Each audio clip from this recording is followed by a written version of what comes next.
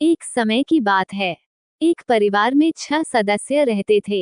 एक व्यक्ति और उसकी पत्नी और उनके 3 बेटे और बेटी रहते थे। वह परिवार हंसी खुशी से रह रहे थे।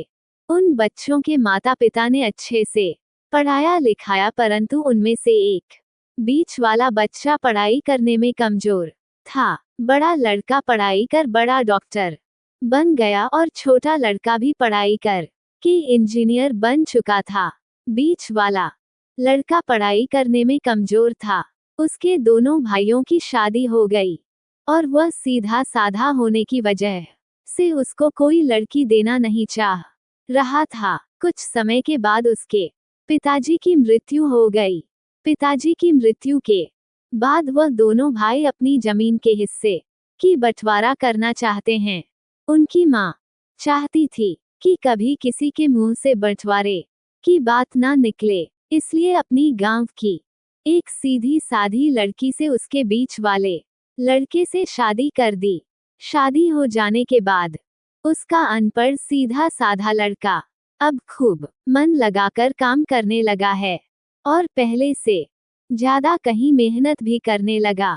उसके साथी उसको बुलाने को आते थे, मना कर देता था कि मैं पहले तो अकेला ही था, जैसे तैसे हो कर लेता, लेकिन अब मेरी शादी हो गई, अब मेरी पत्नी के लिए भी कमाना पड़ता है, इसलिए मैं फालतू टहलता नहीं करूंगा। अब मेरे ऊपर जिम्मेदारी हो गई है, कल को मेरे बच्चे हो जाएंगे, जिम्मेदारी और बढ़ जाएगी, इसलिए अब दोस्तों तुम्हारे साथ नहीं रहूंगा। मैं अपने काम पर पूरा ध्यान दूंगा और मेहनत लगन से हर कार्य को करूंगा। ये कहकर अनपढ़ लड़का अपने काम पर निकल जाता है और उसके दोनों भाई अपने अनपढ़ भाई को देखकर कहते हैं कि इस अनपढ़ से तो कई ज्यादा पैसा हम कमाते हैं, इसलिए हम जमीन और घर का बंटवारा कर लेते हैं और इस अनपढ़ से अलग हो जाते हैं, क्योंकि अब हमारे बराबर कभी भी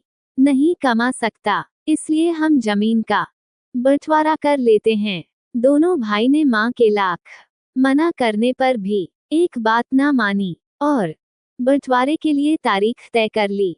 अपने अनपढ़ भाई से भी कह दिया कि हमने बंटवारे की तारीख तय कर ली है, आज तुम काम पर मत जाना। उनकी बहन को भी बुला लिया, क्योंकि आज हम घर और जमीन का बंटवारा करेंगे।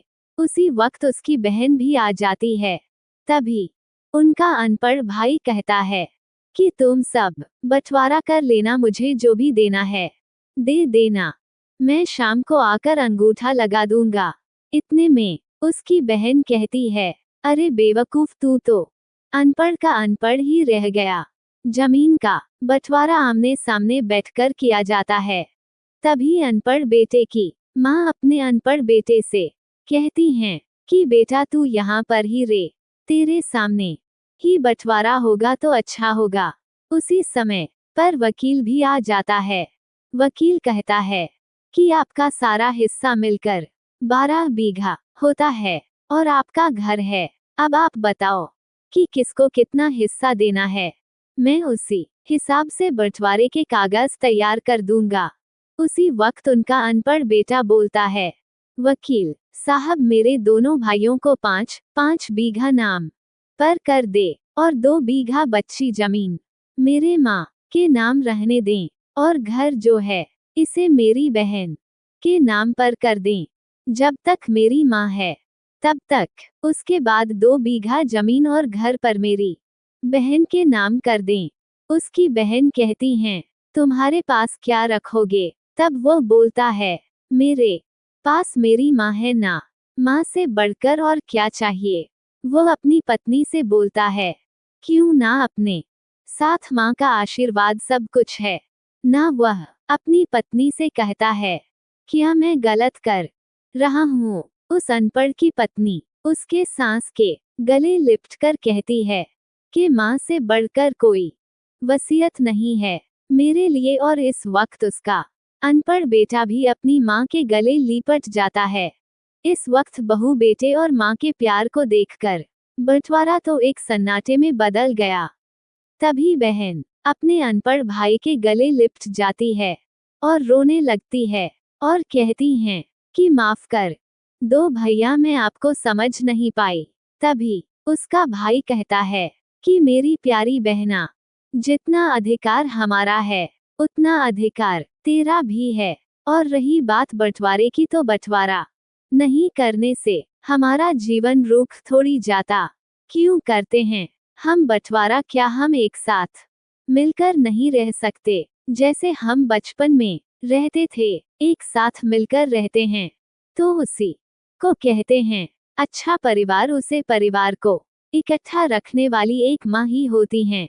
तभी वो दोनों भाई भी बहुत शर्मिंदगी महसूस करते हैं और बंटवारे के कागज को फाड़कर फेंक देते हैं, और उस दिन के बाद ही उनका पूरा परिवार एक साथ ही रहने लगा। हमें हमारे जीवन में पढ़ लिख कर ही बड़ा आदमी नहीं बनना है, बल्कि एक सच्चा इंसान भी बनना है, जो दूसरों की मानवता को समझ सके और इंसानियत को समझे। सबसे बड़ी इंसानियत तो वह है जो दूसरों को अपने साथ लेकर चले। नमस्कार दोस्तों, ये कहानी आपको कैसी लगी हमें जरूर बताएं। जय हिंद दोस्तों।